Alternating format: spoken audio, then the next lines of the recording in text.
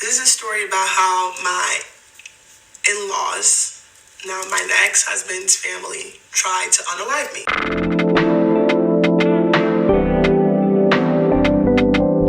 I, for one, don't like dating foreign men because I feel like it's a very complex situation. Because not only am I dealing with someone who's outside of my culture, they're from a different clan, and I really don't trust men like that. So I have severe, not really severe, but I'm so protective of myself, my energy, my space, that even I would tell people on social media that I'm married for the sake of just getting things out there and saying, I don't want, especially if I'm on a platform with foreigners, I don't want them to start thinking that they can have me, you know. I already closed the gate and say, I am married, stay away from me, basically. I don't want to explain why I'm single. I don't want to explain anything that has nothing to really do with you. So if I just tell you what I think you want to know, I'll tell you exactly that so that you can leave me alone. I'll tell you I'm married, I have kids, I have a wonderful husband, but I know I'm okay. I can have a man in my life, I have a man in my life, but he's not my husband. But most of these days I found myself in foreign platforms and I see how they get to treat women who are not married and how they interact women who's literally made a choice to stay by themselves. Literally. How they tend to push this narrative that you cannot be single. How are you single? You cannot do that. Be with a man that loves you. That kind of thing. It's really, really interesting. And I want you guys to listen to her story. I don't really want to speak much for obvious reasons. But wow, really wow. So pathetic if you really ask me. What else do I want to say? Oh, if you really have anything to add, add it in the comments. I'm not gonna edit that. I don't really have time. But yeah, I don't date foreign men, guys. Like, I tend to avoid them. I may have an experience with them in the past, but okay. Even to get to that conclusion that I am, it's not because someone has hurt me. Mm-mm. It's just because I feel like it's challenging. Really, like I really feel like it's that challenging. And it's much easier with my native people. Like if they are based in South Africa, it's really much easier. And I feel like it has their own people who can do this thing. So let's listen to her story. Let me know what you think in the comments. If it has happened to you, let's share in the comments. I do see them. I do see your comments. So thank you so much for watching, and I'll see you in my next video. This is a story about how my in-laws, now my ex-husband's family, tried to unalive me. This is really hard for me to talk about, but I'm gonna do it because it needs to be said. This is a story about how my in-laws, now my ex-husband's family, tried to unalive me.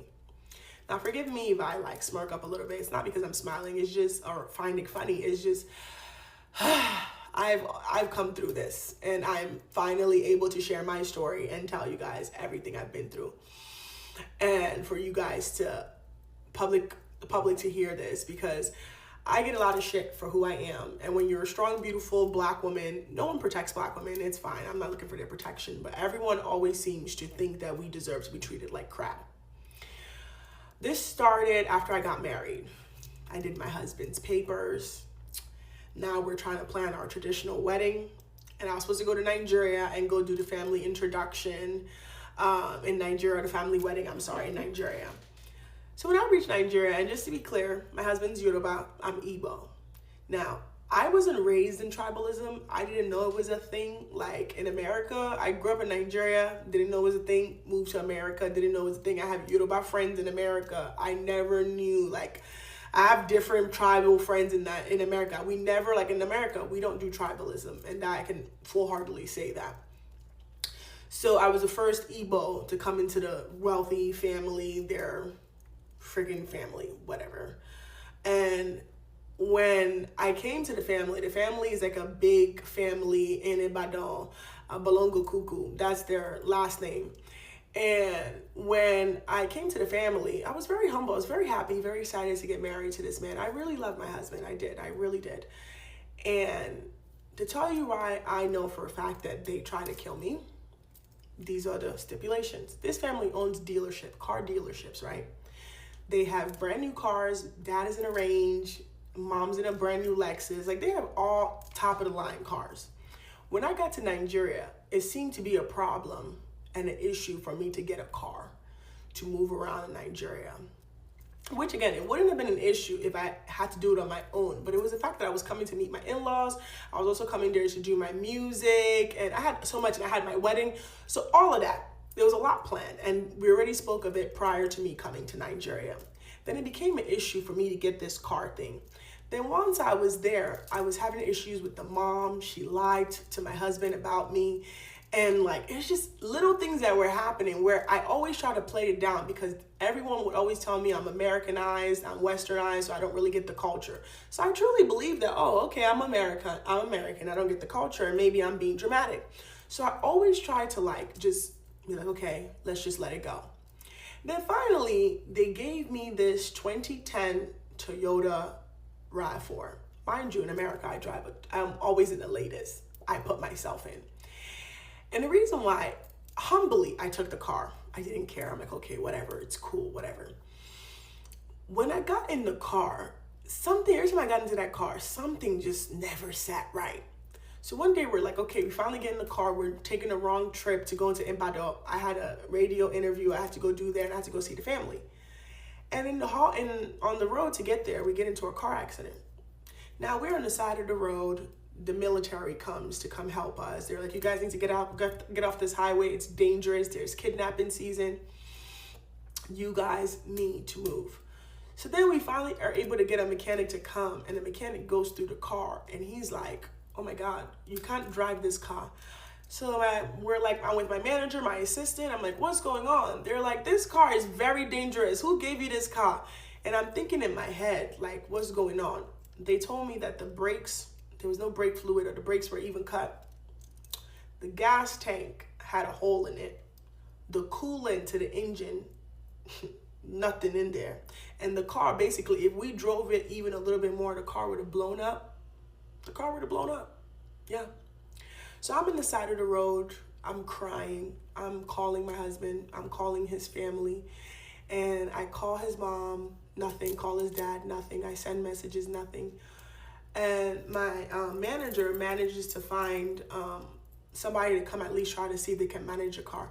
But before that, the thing that really sent off red flags in my head, again, remember I told you this is a wealthy family in Ibadan. They own 5 factories, all this shit, blah, blah, blah, blah, blah.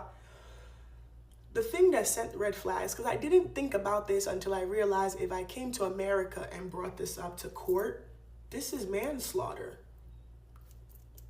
The mom texted me and told me, I asked her, I said, you guys didn't check this car before you gave it to me. She said to me that, oh, we just checked if the car turned on. Very weird. Remember I told you they own a car dealership. They all drive the latest. They knew I had a wedding. And the weird thing about it is, again, I told you in America, my husband and I were already married. And if I would have died in Nigeria, my husband automatically, he gets his papers, widow.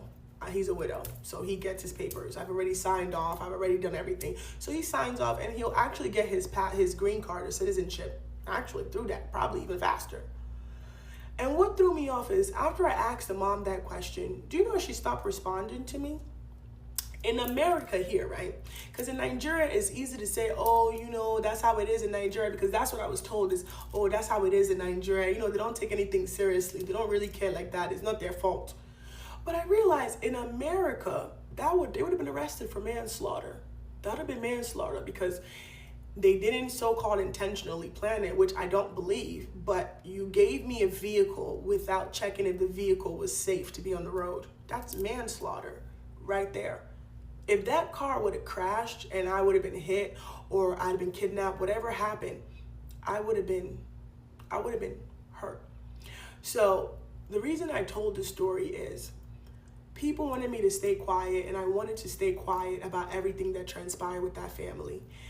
But one of the things that really triggered me to come now and tell this story is the fact that one of the things that I'm fighting my ex-husband is he wanted me to sign a gag order so I wouldn't be able to tell you guys this story. This story I'm telling you right now is one of the biggest issues why I'm going to trial with my ex-husband, is that he wanted me to sign a gag order. I'm going to insert a clip for you guys to see what he sent to my lawyer, for me to sign a gag order so that I wouldn't be able to tell this story to you guys. And I'm saying this to all the young girls out there, please, marriage is not everything. I'm telling you, especially the ones in America. I know I did it because I didn't feel like I was too good to marry someone and give them papers. I didn't feel like this is not my land and I'm willing to help my people. Like I don't have that mentality. But now that I'm going through this divorce and everything is coming to fruition, I'm realizing that like I was literally used and abused. But to any girl who's probably in a similar situation or been through this, you guys are going to call me crazy. You guys are going to make all these assumptions. But again, if you break down what I've told you and everything that happened, you will see that people clearly put my life in danger and they didn't care about me. They didn't care about me at all. Whatever their reason may be, that's for them to decide when the time comes. But I have evidence to back it. They know this. So anytime they want to play with me, they know we can go to court. And I will have evidence and have witnesses to back this entire story and everything I went through at the hands of this family. Please, marriage is not everything. Save yourself. If your man is giving you ginger, please, this girl just died in Ese Sape that was just unalive by her husband. Please, I'm begging you guys, women, please. Release the chains of marriage. I am sitting here before you because I walked away. I released the chain of marriage, but not all of you are that lucky. Please, I am begging you guys, please love yourself and protect yourself and protect your blue passport. Damn.